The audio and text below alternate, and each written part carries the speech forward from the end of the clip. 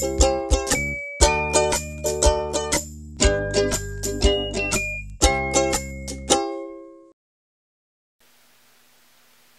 show you how to slip stitch, I have here a single crochet swatch.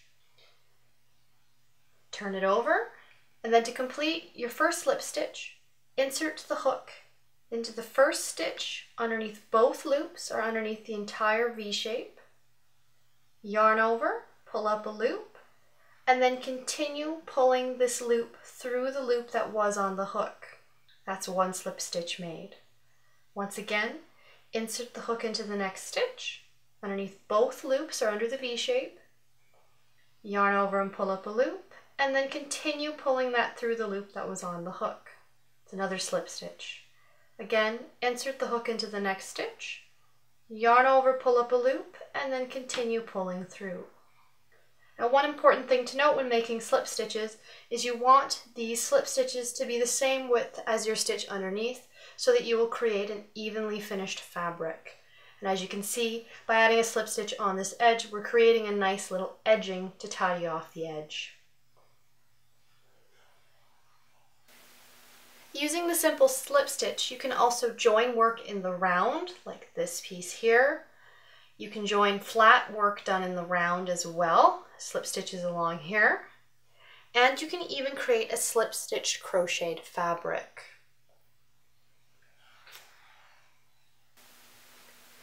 When making amigurumi, it's very common to use a slip stitch to join a chain together to make a ring in order to start working a toy in the round or to make, a sphere or a cylinder. So once you have your foundation chain made, you would then insert your hook into the very first chain made, yarn over, pull through the loop, and then, as normal with the slip stitch, continue pulling through the loop that's on the hook. So that's how you join to make a ring using a slip stitch. In order to keep working into this ring, you would then chain one up.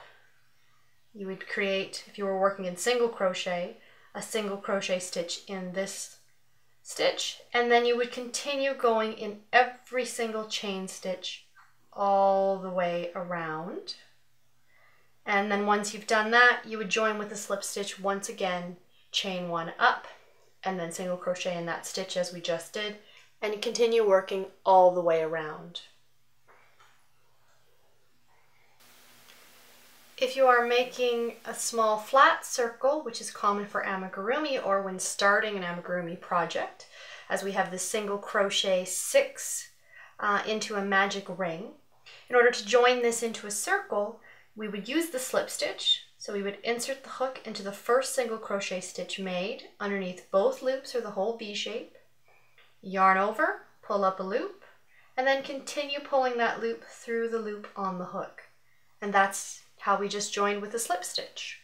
So then we could chain one up, single crochet in that same stitch, and then continue working all the way around and join with the slip stitch once again.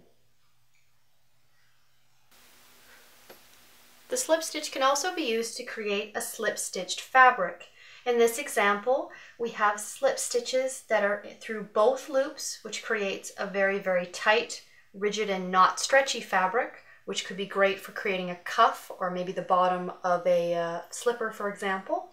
Or you could go through one loop only like we have in this bottom half, which allows it to stretch a little bit more but still provides a very rigid fabric that is quite dense and therefore also quite warm. In order to do this, you can start with your foundation chain as normal. Then you would turn and you would simply insert the hook into the first stitch, yarn over, pull up a loop, and continue pulling through, just like that. Insert the hook, yarn over, continue pulling through, 2 slip stitches made. So you would go all the way down,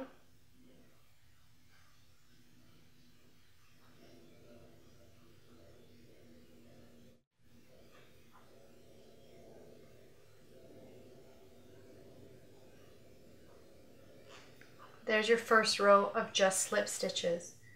In order to go to the next, you turn it, And now we can decide if we want to do the dense version or the not as dense version by either going through one loop or both loops. So I can insert the hook into the first stitch. And I'm going to do underneath just the front loop only to make that looser, more stretchy fabric, and do a slip stitch.